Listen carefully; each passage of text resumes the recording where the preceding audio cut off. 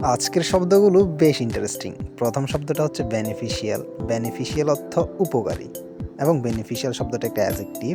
এটা দিয়ে একটা বাক্য হতে পারে ফ্রেশ এয়ার ইজ বেনিফিশিয়াল, অর্থাৎ ফ্রেশ এয়ার সবসময় উপকারী।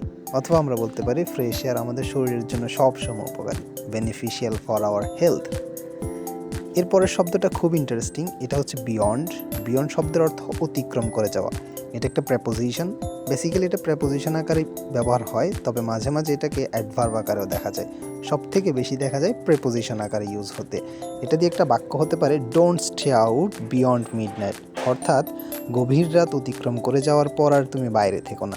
এটাকে আমরা আরও সহজে চিন্তা করতে পারি বিয়ন্ড দ্য বর্ডার্স, অর্থাৎ সীমানারও বাইরে। অথবা বলতে পারি বিয়ন্ড আওয়ার ইমাজিনেশন, অর্থাৎ আমাদের কল্পনারও বাইরে। এই রকম ক্ষেত্রে আমরা বিয়ন্ড শব্দটাকে ইউজ করতে পারি। আমাদের শেষ শব্দটা হচ্ছে বাইন্ড। বাইন্ড অর্থ একত্রে বাঁধা এবং এটা একটা ভার্ব। এটা দিয়ে একটা বাক্য হতে পারে দে বাউন্ড হিজ লেগস, অর্থাৎ তারা তার পা যুগল একত্রে বেঁধে রেখেছিল।